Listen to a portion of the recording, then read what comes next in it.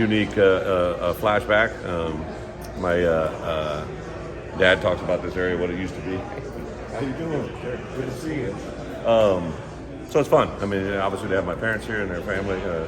Got a couple cousins coming tonight and some other people, so I'm sure I'll get some familiar faces. But really, for me in the state, like we were in Springfield last night, and I had a high school classmate walk in that I haven't seen probably since probably a couple of years after graduation, I'm sure. So just kind of in the state, you just found around a lot of familiar people.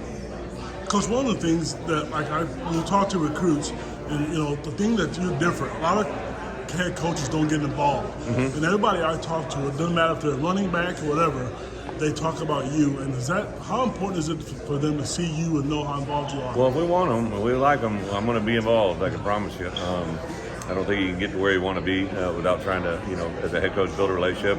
And then it's things like people always think about it's recruiting. To me, it's development, right? Like, so there's never been a time in college football where it's as important to develop your roster and relationships with them. I tell my coaches all the time, like, we all grew up in this world where it's been a non-portal world, and now in the portal world that you exist, it's easy for a kid to say I'm leaving if he doesn't care, right? And if you have a relationship with a young man that goes beyond just a game of football, it comes back to reward you tenfold, I think. And as we build this thing and get better and better, that's the part I'm going to count on.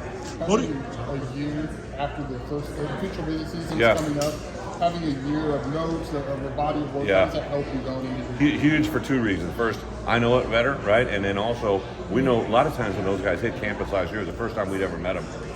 Now most of these kids, I've already sat down with them in my office. I want to say the first weekend we may have had like 16 guys, and I believe 15 of the 16 have already been at least once, if not twice. So we kind of have a perspective and a bag of history before they hit campus. So that's huge. We'll use a lot of things that we felt did well last year, but as in the case in any business, we did a lot of post-signing screening and what did we do well, what didn't we do well, and we build off of that, and then we steal from our competitors, right? Just this world that we're in right now, technology, there's been a lot of changes since last fall or last June on what can take place on an official visit, what you can do from a technology standpoint with kids that are very important. And my least favorite part of official visit weekends is the photo shoot. It's their favorite part, right? So there's a lot of growing there.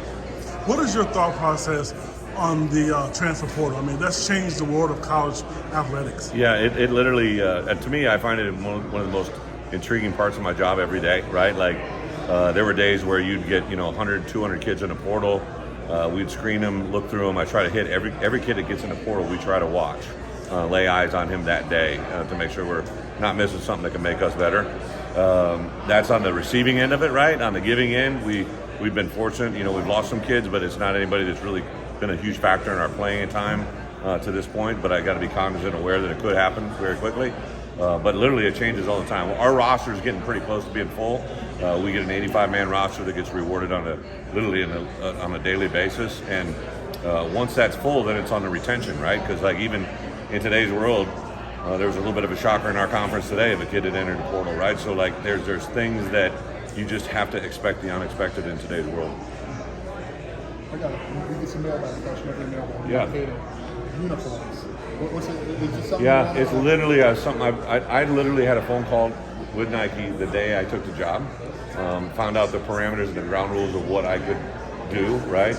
Because of COVID, it hamstrung it a little bit. Obviously, you saw the change last year that I made to the helmet. They allowed me to adjust the helmet. I put an eye on the leg. But we have new uniforms for next year that we will have full go for next year. That in 223, I can't. Even if I was here, they couldn't have adjusted their uniforms for 2022. They just weren't allowing it. You can't just come in and change. It takes production.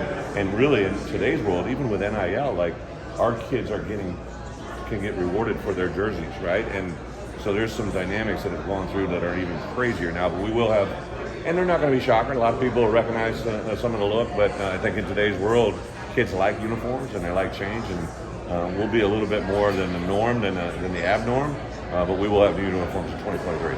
Speaking of NIL, how's that, I guess, impacted both recruiting for you and then the players on your roster trying to, I've said this, whether I was talking to Josh Whitman or our fan base or our recruits, it literally changed overnight. In the signing class that we finished in December, literally had zero conversations about NIL in relation to signing with us and last year's signing class, right? And the effects of NIL and where it is.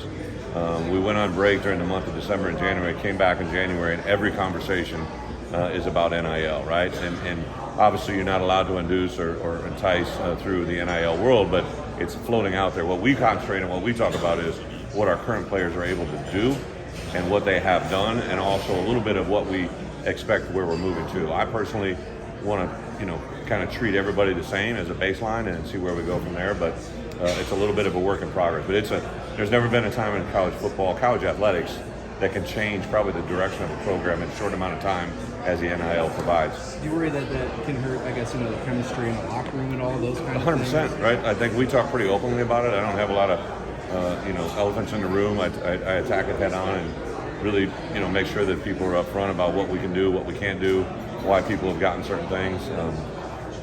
And that's just, I think, as a head coach, you got to make that decision. I'd much rather talk about it than not talk about it. That's when it can be a problem. Do you think it's even the playing field versus like the powerhouses, the Alabamas, the LSUs? Now with the NIL, does it even the playing field a little bit? I think that college athletics is very unique in the fact that everybody has the same number of scholarships, but there really hasn't been parity in college football for a long time, right? Like it's hard to replace 50 years of history, 100 years of history. I remember the last time I was in this league as the other head coach up north at the University of Wisconsin, they did a 25-year outlook, right, over the last 25 years. And the winningest program in the Big Ten at that time was Ohio State. Second was Wisconsin. But the outside world perceived it to be really Penn State, Ohio State, Michigan, and Nebraska because they had won national championships. But the perception is always a little bit different than reality, but it's hard to erase a lot of success that's been there a lot of years. The feedback that you got from your assistants, they've been out on the trail a Yeah. lot. Has that changed at all over the course of the last 12 months? As far as portal and NIL? Just that they get when they're in high school now with Illinois, you guys have a year under. Oh, heavens yes. Not just in-state. I think our in-state reception has been outstanding. And it's gotten to the point now that if we don't get to someone quick enough, they're like, "Where you been?" Right? Like, so it's that's a positive thing. I was very strong with Pat Hamilton and our staff. We came in talking about what we're going to do at Illinois. We did it. Now we got to make sure we back it up, right? Because it's easy to fall off or trend away. But in reality, we're actually pushing even further. So that part's there. But I would also say we're probably figuring out, we're really strong in Jersey. We're strong in Florida. We're trying to get stronger in Ohio. We're going to go in and pick our fights in Minnesota, Wisconsin, and Iowa, just because, the border, the surrounding area. St. Louis, we got to continue to get stronger. But I think we're figuring out who we are at Illinois a little bit better than anything.